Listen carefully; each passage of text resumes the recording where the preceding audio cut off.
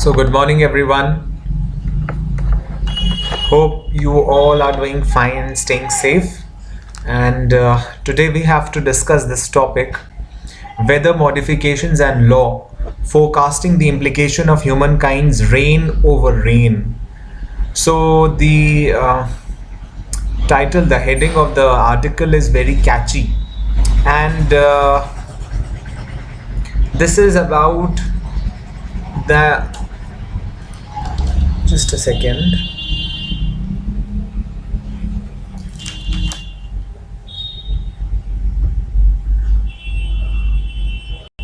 Are you people able to am I audible and visible to you? Good morning, Taran. Am I audible and visible to you?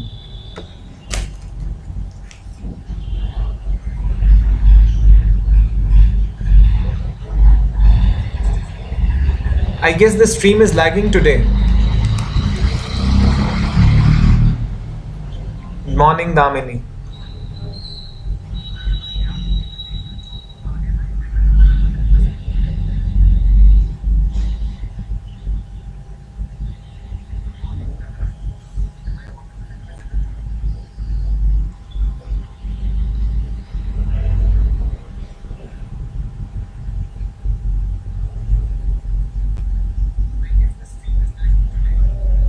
Yes, okay then. And I'm continuing. Okay. So, weather modifications and law, forecasting the implication of humankind's reign over rain. Perhaps you would have understood the meaning of this heading of the caption.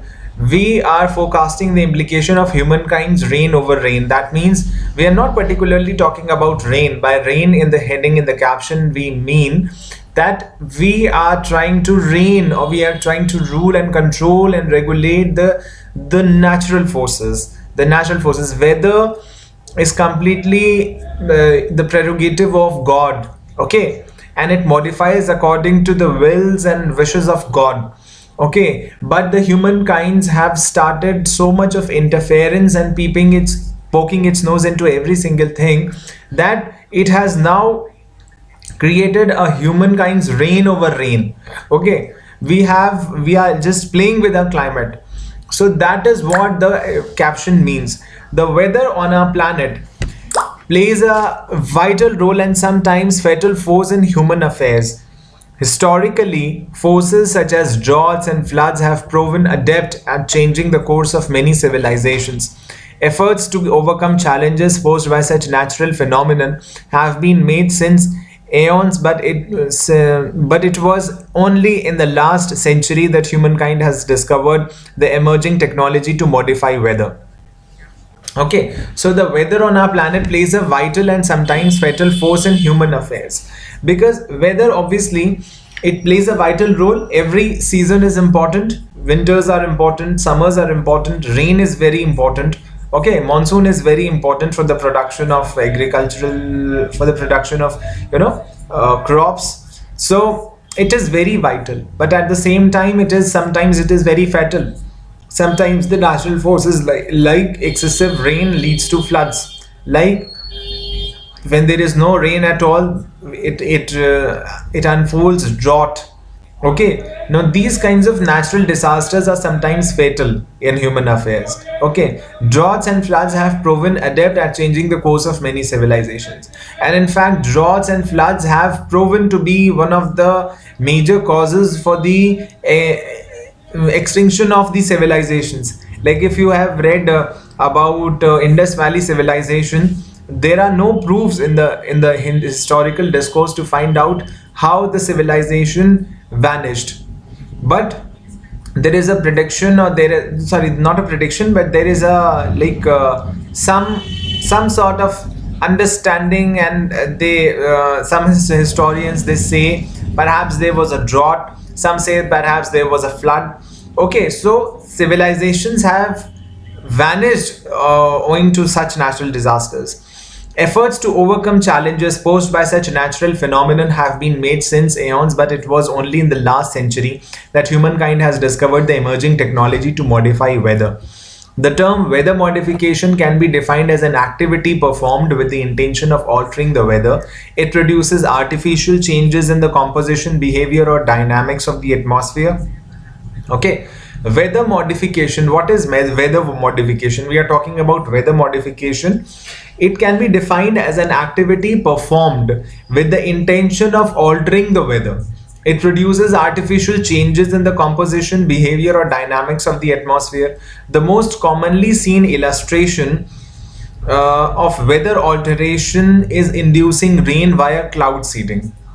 Now, since humans have started interfering into the natural forces, into the working of the natural forces, there seems to be a lot of chaos, in the natural cycle. A lot of chaos in the sense that since we have set up our own industries, we have invented cars and vehicles.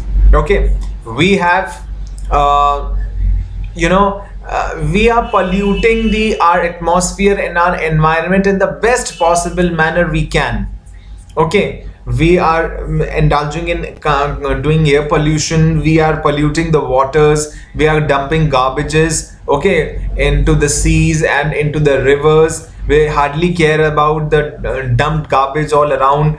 We hardly pay any heed to the environment around us. Okay, we can talk about it, we can be aware about it, but simply being aware of it and doing something for it are two different things altogether. We all are aware. Okay, we all are aware, but we do not. Okay, we all are aware, but I'm sorry.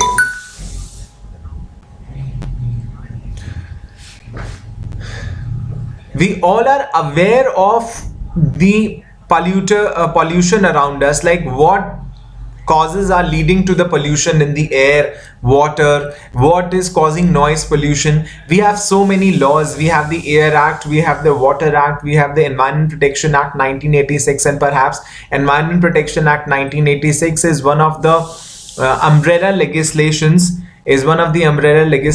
that cover almost everything. It is a quasi-penal law having penalties for polluting the environment beyond a certain limit. Okay, then we can say we have the noise pollution control rules 2000. From the year 2000, they banned the use of loudspeakers after 10 p.m. in the night. They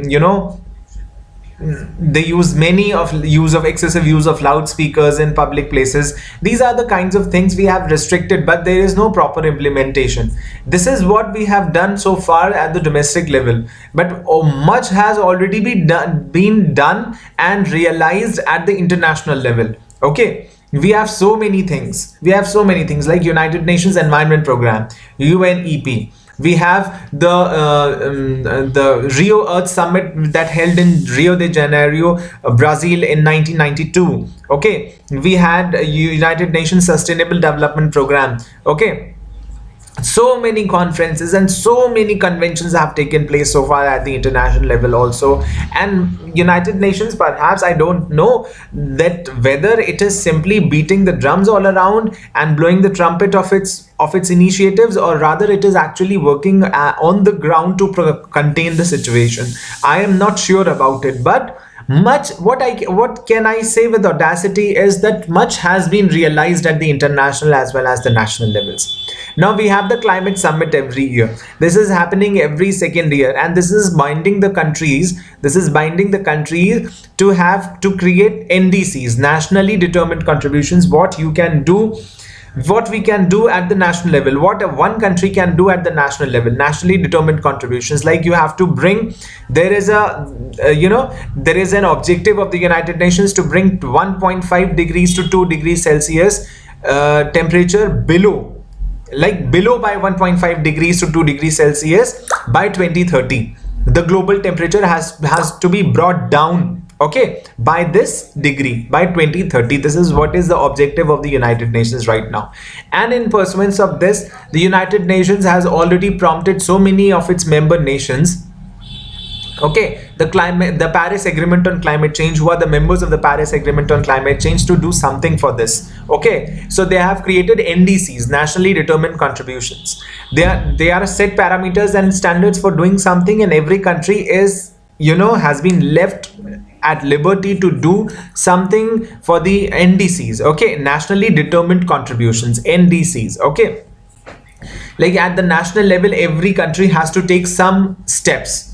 Okay, some steps are to be taken in regard to this. So what I am trying to explain to you is that much has been realized, and much conferences and so many conventions and conferences are being held every year to contain the situation, but perhaps all in vain is going.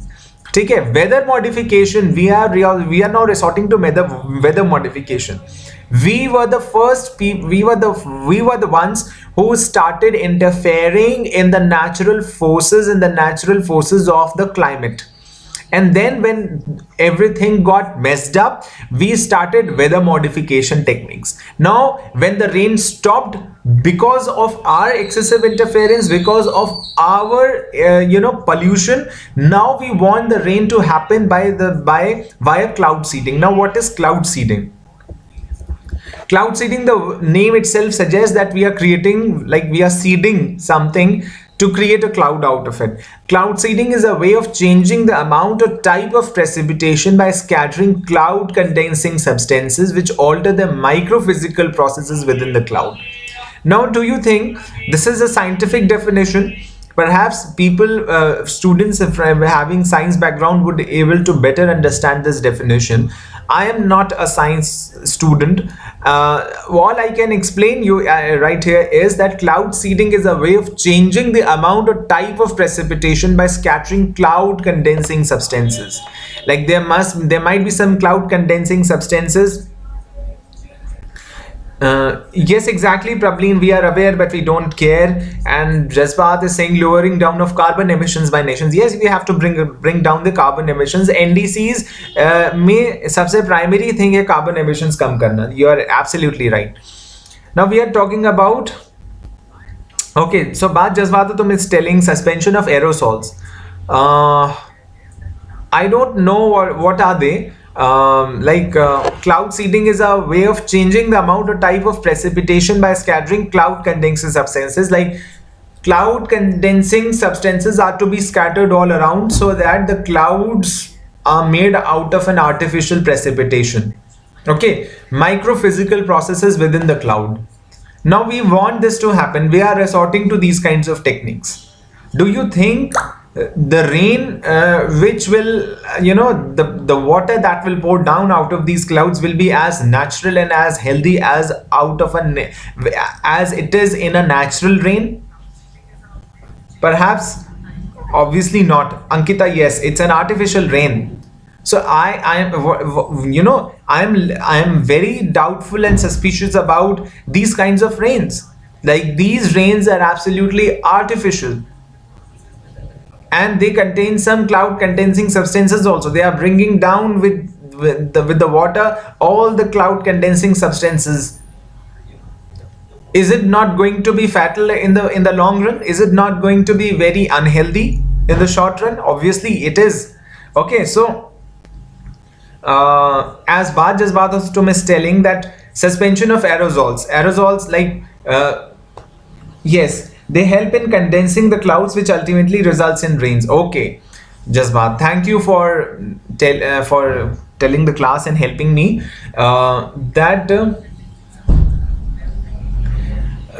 aerosols, they help in condensing the clouds, which ultimately results in rains. Okay, rains हो जाती हैं उससे. Or Taran Kapoor is saying absolutely not. He is seconding me. Mehul is saying drones are charged into the clouds and cause an electric shock, due to which they clump together and cause rainfall. My God, you see, look at the technology that we have developed. We are now poking our nose into the natural forces. This is absolutely uncalled for. everything will automatically heal up once we start getting back to our previous lives. We have become so technical and industrialized that we hardly care about what is happening with the climate. And then when the rain does not pour, we want it to happen via cloud seeding. This is a serious thing. And the technology that makes artificial weather modification possible dates back to 1946, when Dr. Vincent Schaeffer discovered the invaluable principle of cloud seeding based on the science of supercooling. Okay. The first documented attempt to change natural clouds through cloud seeding was seen during a New York flight on 3rd November 1946, when precipitation was set in motion from supercooled clouds by cultivating them with solid carbon dioxide or dry ice, which in present times is supplanted with silver iodide. Now, you can see what is happening. The first weather modification, artificial weather modification technology hails back to the year 1946, when Dr. Vincent Schaeffer discovered the invaluable principle of cloud seeding based on the science of supercooling. Okay, supercooling. The first documented attempt to change natural clouds through cloud seeding was seen during a New York flight on 3rd November 1946, when precipitation was set in motion from supercooled clouds by cultivating them with solid carbon dioxide or dry ice, which in present times is supplanted with silver iodide. Okay. Now, there's so many comments. Okay, Ankita is saying it will harmful as it has condensing chemicals which pollute natural water, obviously. Okay, baat jazbaat ho tum is telling that these rains have changed the pH. Do you know the pH factor? I mean, the rest of the people must be knowing what is a pH factor. You know, the level or the level of the contamination of the acid in the water. You know, the determination is done through the pH. Okay, so the pH factor has changed because there's a lot of acids. There's an acid rain nowadays. Every first rain is an acid rain. Okay, since then cloud seeding has taken the world by storm. The science of triggering rainfall has seen constant advancement over the years by members of the meteorological community, and a global weather race has been initialized. We have reached a stage where more than 50 countries are experimenting with cloud seeding technology to increase their groundwater supply or to fight catastrophes like droughts, etc. Be that as it may, there are a number of issues that need to be countered before artificial weather modifications can become a common practice. Okay. Okay, so cloud seeding has taken the world by storm. You know, these are the science of triggering rainfall has seen constant advancements over the years by members of the meteorological community, and a global weather race has been initialized. We have reached a stage where more than 50 countries are experimenting with cloud seeding technology to increase their groundwater supply or to fight catastrophes like droughts, etc. Be that as it may, there are a number of issues that need to be countered before artificial weather modifications can become a common practice. Okay, now changing contours of act of God. Now what is an act of God?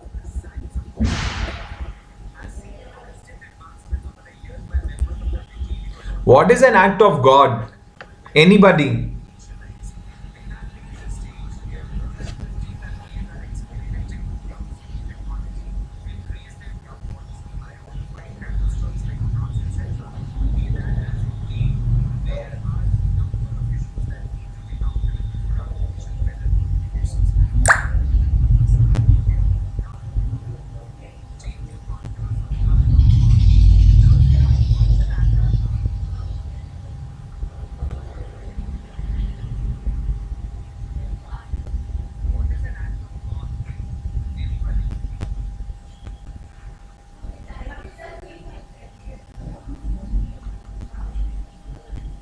Ankita, you are telling me the example, tsunami.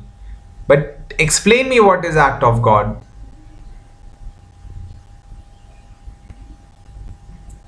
Any act which does not have a human origin and is not under the control of human agency.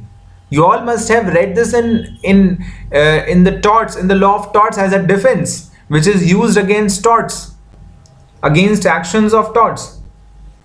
Yes, natural hazards. Yes, exactly. Prablin, Bad Jazbat, Taran, Ananya.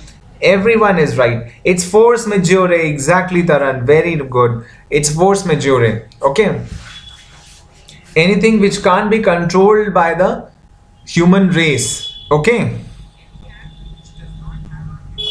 So an act of God. We are changing the contours of act of God. We say that these kinds of natural disasters are taking place. But nowadays, most of us are contributing in the happening of these natural disasters. So do you think that do you think that they continue to fit in the definition of in the act of God?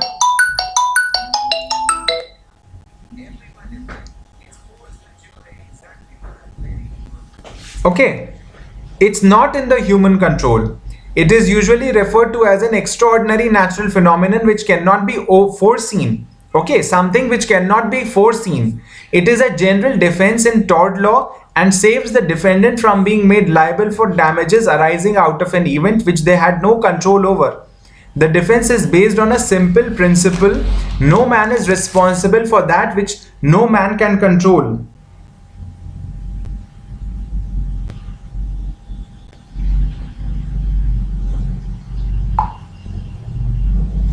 Okay, which no man can control, right? So basically,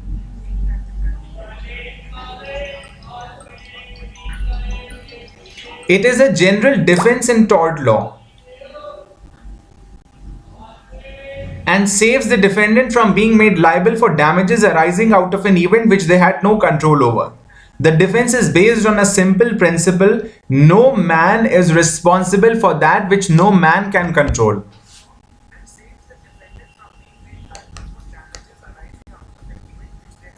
Okay.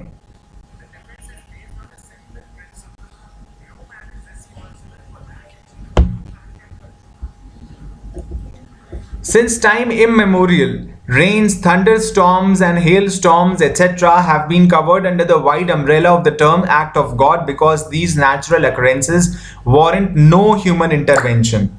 Okay. However, this is no longer true. The world is now awakening to the near miraculous scope and realities of artificial weather modification.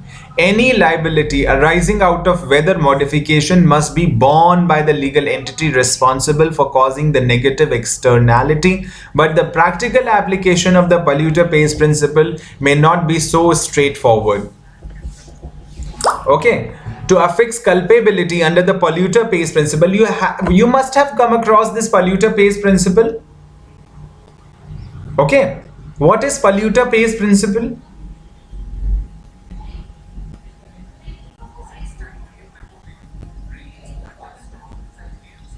What is polluter pays principle?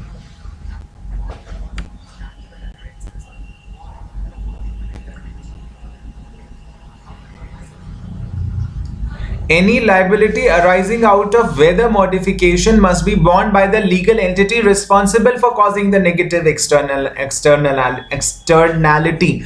What you must have read about, you must have learned the provisions or read the provisions of Environment Protection Act 1986. Environment Protection Act 1986, penalizes people or industrialists whose emissions are more than the prescribed limit, are beyond the prescribed limit. Okay. That means the polluter pays principle, that any polluter who has simply been licensed to have an industry can release the emissions, but he will have to pay back and control and contain the pollution that which he has released in the environment. Okay. Yes, exactly. The polluter should compensate it. So any liability arising out of weather modification must be borne by the legal entity responsible for causing the negative externality, but the practical application of the polluter pays principle may not be so straightforward. To affix culpability under the polluter pays principle, one needs to be able to establish a link between the damage, the activity responsible for said damage, and finally the person responsible for carrying out such an activity. This is a rather arduous task when it comes to tackling weather modification activities. In cases of cloud seeding, it is possible that seeding in one place might lead to precipitation in another place. Further, the time it takes for a seeded cloud to pour down also varies depending upon numerous factors such as temperature and air pressure. Okay. Yes, exactly, Taran. Prableen, Mehul, Ankita, everyone is right. Pat Jaswat, Soma Sundaram. Okay, everyone is trying to say the same thing, that the polluter is liable to compensate. Okay.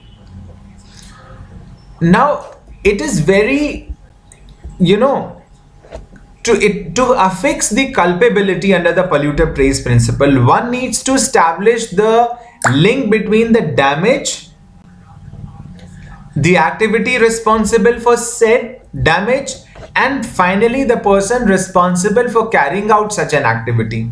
This is a rather arduous task when it comes to tackling weather modifications activities. In cases of cloud seeding, it is possible that seeding in one place might lead to precipitation in another place. Further, the time it takes for a seeded cloud to pour down also varies depending upon numerous factors such as temperature and air pressure. Like, it is very really difficult to fix the culpability or the liability. Like, we have to establish the link between the damage caused and the activity responsible for the said damage, because there are so many activities going on simultaneously in the same area and the damage is also common. Now, how can we fix the culpability, like who is actually responsible out of all these people, okay, for such big damage? Pollution is happening in all the industrial areas, okay. Who is responsible? How will you fix the culpability of just one person? So it is an arduous task to fix the liability. And then to tackle weather modification activities. In cases of cloud seeding, it is possible that seeding in one place might lead to precipitation in another place. Further, the time it takes for a seeded cloud to pour down also varies depending upon numerous factors such as temperature and air pressure. Like, it depends upon, like, the seeded cloud would only pour down as per the temperature and air pressure. If there is a lower air pressure, then definitely it would pour down. Or the temperature is very high. If the temperature does not go very high, then definitely the seeded cloud would remain as it is and it will not pour down. So if the wind changes direction, then the cloud will blow away. Okay. Then it becomes even harder to track down the trajectory of potentially rain-loaded clouds. These shortcomings cast a dark cloud of uncertainty when it comes to fixing culpability. Further, if cloud seeding becomes a norm, there will be no way to investigate and hence determine whether a distinct rain was caused by an artificially seeded cloud or a natural cloud or a combination of both. It is these predicaments that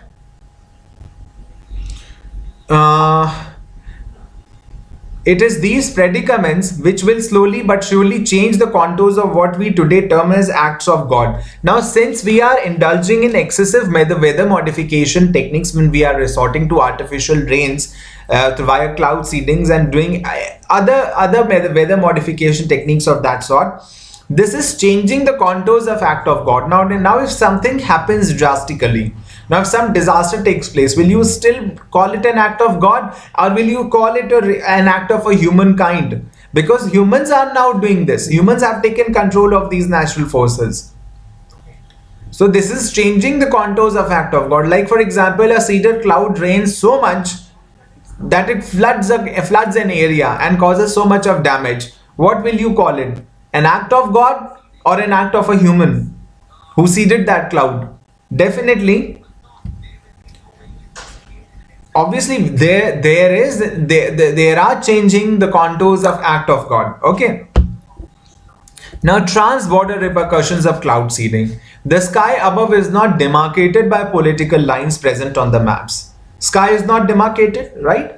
The World Meteorological Organization, in a report published in 1963, has stated that atmospheric processes such as the hydrologic cycle and air currents guarantee that any artificially induced change in weather in one part of the world will necessarily have repercussions elsewhere. This makes weather modification an international issue.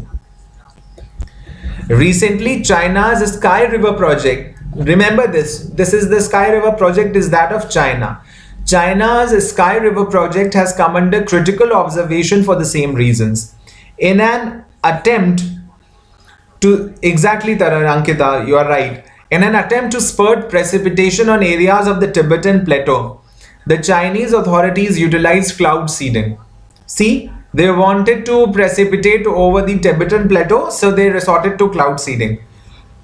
This is the Sky River project of China. Okay, and remember, this report was published by World Meteorological Organization in 1963 about the atmospheric processes such as the hydrologic cycle and air currents guarantee that any artificially induced change in weather in one part of the world will necessarily have repercussions elsewhere.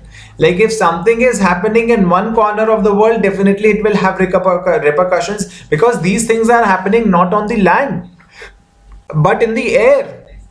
Okay, now the Sky River project, for example, China's Sky River project, it is trying to precipitate over the Tibetan plateau via the cloud seeding.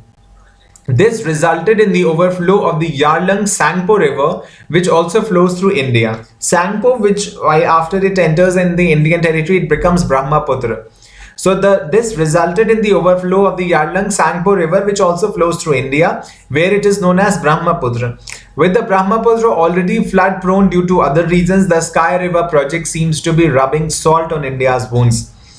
China is not only changing its own ecology, but is also interfering with the ecological balance of India. Not only does this exemplify the extraterritorial operation of cloud seeding, but also cautions for how there is a possibility for this technology to be used as an ecological weapon. Now we heard of the earlier the what kind of weapons were used in wars. Okay, what kinds of ammunitions? Like the normal technological weapons. Now there are biological weapons also, like a virus is released. Okay, now this is an ecological weapon. Like if some country is resorting to weather modification techniques like cloud seeding, it will have extraterritorial repercussions also, because the skies are not demarcated. And also the rain, things like rain, air, wind, they do not know what demarcations are. They just need know to travel and flow all around in the atmosphere. So if something is happening across the China border, definitely it is going to have repercussions on the ecology of India also. If China is precipitating the Tibetan plateau via the cloud seeding, which it had already done, and which in fact led to the overflow of the Sangpo River, which is known as Brahmaputra in India, which resulted in some ecological disturbances in the Indian ecology, also in the Indian environment also. Okay, so we need to fix some liabilities under the law. Law needs to come again and needs to fix the liability of these countries and the international community. Okay, in the international world, that what kind of things are to be what kind of things are to be used and how you can use them. You should not do something that have extraterritorial repercussions. Okay, now this is an ecological weapon. In fact, weather modification techniques can prove to be a valuable addition to the military arsenal of any nation, as it would allow the nation to rattle its enemy state by subjecting it to continued rains. Now see, this is a new concept, ecological weapons. Ecological weapons means like cloud seeding. Like if you want your enemy to be defeated badly across the other border, okay, on the other side of the border, you can simply resort to cloud seeding. You can send some artificial clouds to that place and you can subject them to continued rains and defeat them.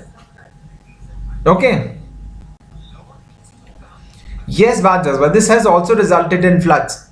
So So in fact, weather modification techniques can prove to be a valuable addition to the military arsenal of any nation, as it would allow the nation to rattle its enemy state by subjecting it to continued rains.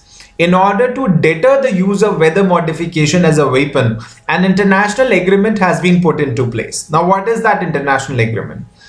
The 1976 Convention on the Prohibition of Military or any hostile use of environmental modification techniques, also known as the Convention on Environmental Modification, (NMOD). Okay. The 1976 Convention on the Prohibition of Military or any hostile use of environmental modification techniques. This is the convention to check the use of environmental modification techniques in the military wars. Okay, so just what I said, that some laws or conventions or agreements are needed at the international level to check the use of environmental modification techniques or weather modification techniques to be misused for the military purposes. Now, this is the convention from the year 1976, is on the prohibition of military or any hostile use of environmental modification techniques, which is also known as NMOD. Okay. Convention on Environmental Modifications. Yes, Ankita, you are right. So currently this convention has 78 parties, 78 state parties. However, for a state to be liable under the provisions of NMOD, the state action must be military or hostile.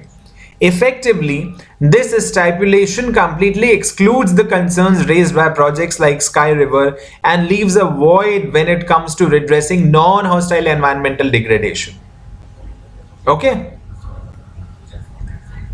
This stipulation completely excludes the concerns raised by projects like Sky River and leaves a void when it comes to redressing non-hostile environmental degradation. It is rather obvious that in trying to change the ecology of the home country, another country's ecology will also be affected. There may also be a situation where, in order to induce rainfall in the home country, the sovereign country has to cede the clouds in another sovereign republic.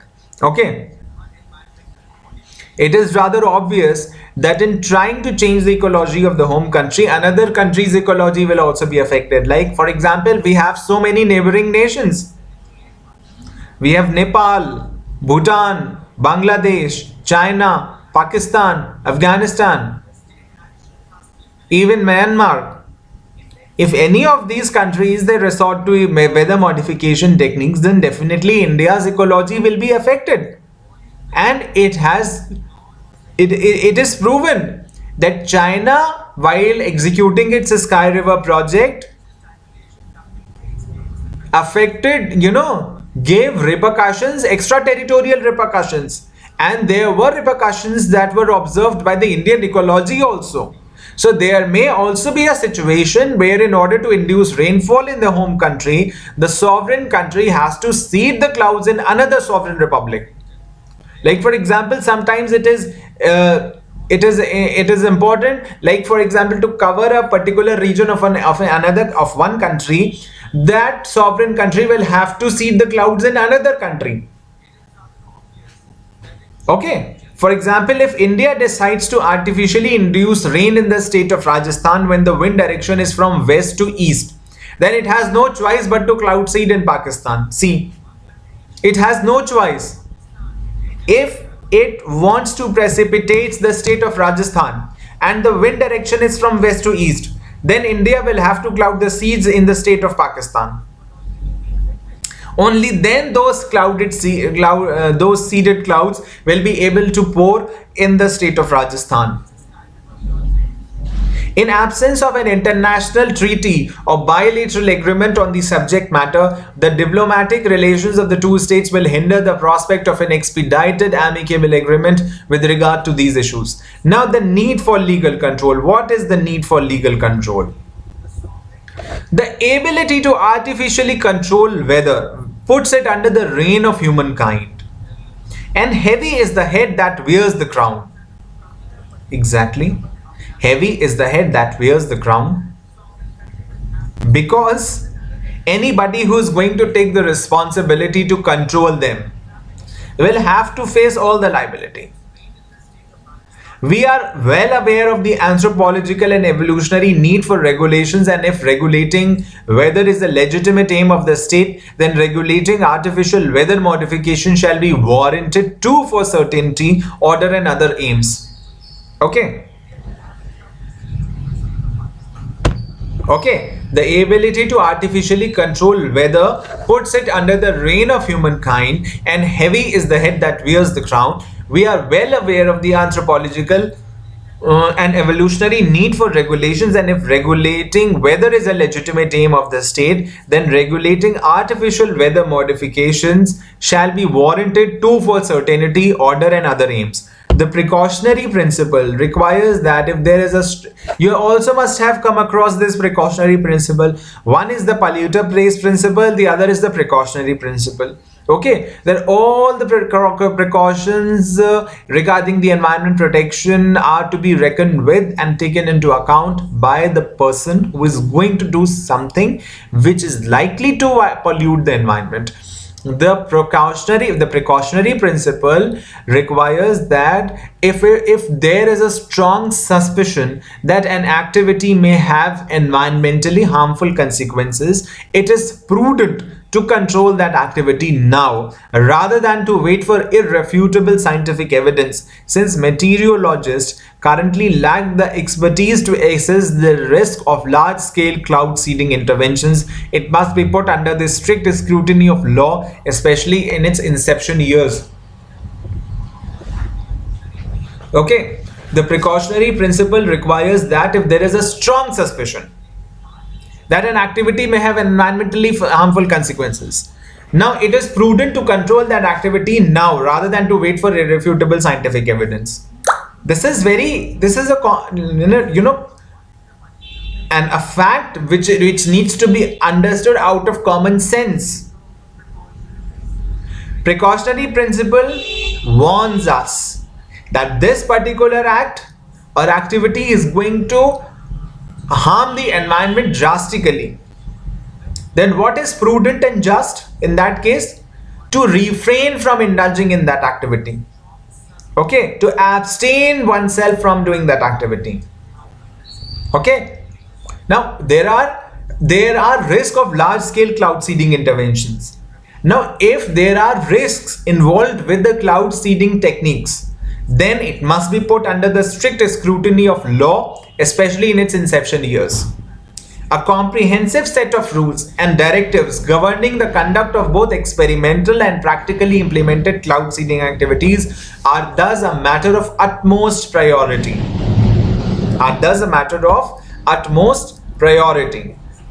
Now, moreover, we have already concluded that there is no remedy against non-hostile environmental degradation under international law. To continue weather modification experiments in the absence of a legal framework is tantamount to turning planet Earth into a laboratory in vivo, whereby humankind would be gambling everything that keeps it alive in hopes of a seemingly impossible dream. Such an act would threaten the long-term stability of the environment, which is in violation of the Sustainable Development Principle of environmental jurisprudence. Okay, now there is no remedy against non-hostile environmental degradation under international law. In international law, if you look at the provisions of so many conferences, of so many conventions, okay, so many conventions, then you would observe one thing, that there is hardly any remedy against any environmental degradation. We have precautions more than the remedies. These conferences, these conventions, these programs, okay, like Paris Agreement on climate change, they hardly talk about remedy. They talk about precautions. They don't talk about remedy. There might be some remedies given, but those remedies are negligible, because The reason is that actually there exists no remedy against the non-hostile environmental degradation. Okay. And if we are going to continue our weather modification experiments without having a legal framework, this would tantamount to turning planet Earth into a laboratory. That means we are already experimenting with the climate for so long, and we have come down to this day that everything around us is polluted and nothing has been left in its pure form. And if we are going to continue with our weather modification techniques without having or a sanction of law, then definitely we are turning the Earth into a laboratory, whereby humankind is trying to gamble with everything, and would, in fact, perhaps there is no doubt about it, would try to shatter the dreams of the humankind. Okay, this is in violation of sustainable development principle of environmental jurisprudence. We cannot allow this. So there must be a law that should be brought in place to check this. Okay. Ankita, India has no need of cloud seeding, and this is not take place in India, as India don't have that much developed technology yet. Now, if India, even it's not about India whether India has that technology or not. It is about whenever India would be in a position to need a cloud seeding technology, it will resort to like China. There's no. The question is that any country in the world should go ahead with this or not. That is the question. Rain making in all its glory is a magnificent capability which will result in a ceaseless legal examination prolonged over the next few decades. Activities such as unnaturally inducing rain will definitely give rise to its fair share of concerns, and while the scientific aspects will always be interesting to discuss, a rational person can't help but consider the economic, social, and legal consequences. In fact, the mission of exploiting the weather to the whims of humankind is appropriately complicated by the diverse concerns of many industries and various sections of society which may be affected by it. Obviously, whose concerns trump whose is the age-old question in law, which can be either solved by the balancing of interest test by the judiciary or the application of a policy as mandated by the legislature. The balancing of interest principle directs the judge in charge of the matter to weigh the competing interests of the litigants and pronounce in favor of the party with a relatively more compelling interest. This test is most often used to settle a newly arisen issue where there is a legislative void. Okay. Now there is a balancing of interest principle that directs the judge in charge of the matter to weigh the competing interests of the litigants and pronounce in favor of the party with a relatively more compelling interest. Like balancing of interest principle, it is for the judge to decide that it is whose compelling interest out of the two litigants. Okay, the one who is having a more compelling interest, the judgment will be given in his favor. Now, this test is most often used to settle a newly arisen issue where there is a legislative void. Now, these kinds of principles are applied where there is no law or there is a legislative void. Then in that case, these kinds of principles are used. In the longer run, however, a legislation will produce more uniform results, whilst allowing for flexibility in terms of supportive judicial precedents. Thus, the clashing of interest of two parties can be best adjudicated with the help of a dedicated policy framework. We need to have a policy framework for this. Okay, we can't be left it in void. Then yet another important thing, the only legal instrument which has come close to even recognize such an issue exclusively is the draft articles on prevention of transboundary harm from hazardous activities of 2001 by the International Law Commission. Read this this is an underlining line of the entire article, of the whole article. Draft articles on prevention of transboundary harm from hazardous activities of 2001 by the International Law Commission. So the International Law Commission came out with the draft articles on prevention of transboundary harm from hazardous activities of 2001, which would control these weather modification techniques which have transboundary harm from hazardous activities, like the harms beyond the borders, beyond the boundaries. The aforementioned instrument lays down an obligation that the state shall take all appropriate measures to prevent significant transboundary harm or at any even to minimize the risk thereof. However, it is a non-binding piece of instrument and leaves a lot to be desired in terms of a specific emphasis on weather modification and cloud seeding in particular. Therefore, a multilateral treaty seems to be a fitting first step in the right direction, which shall be followed by domestic legislations on similar lines. Now, what is the conclusion? Throughout the course of history, law has had the liberty to trail technological advancement as the speed for progress and innovation was slow. But the world moves much faster now. Earlier, the legal system could let even the most challenging and relevant issues simmer before reaching a denouncement.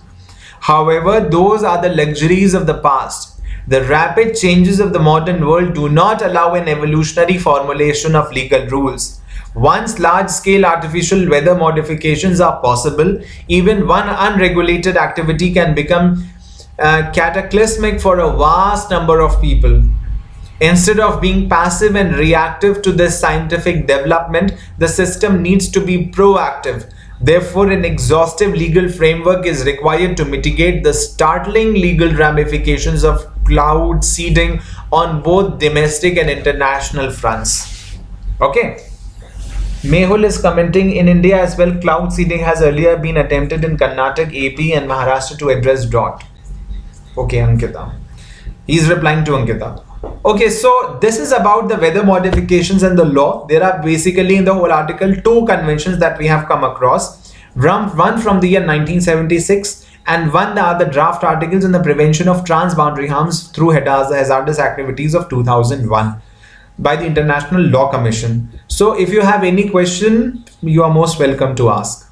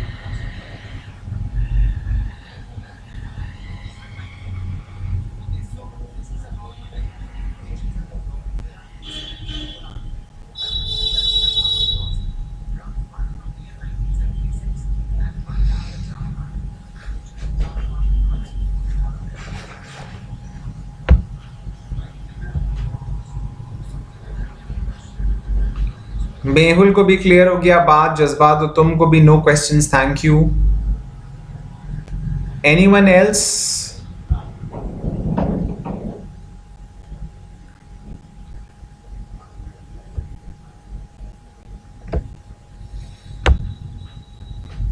Okay, Abhimanyu. I think this was quite interesting and very easily it was quite comprehensive and easy to be understood, right?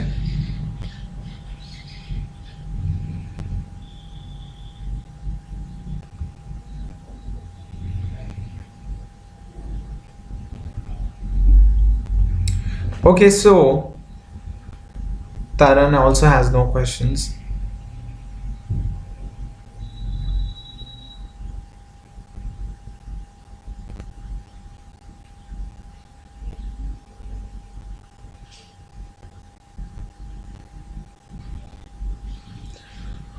Okay, then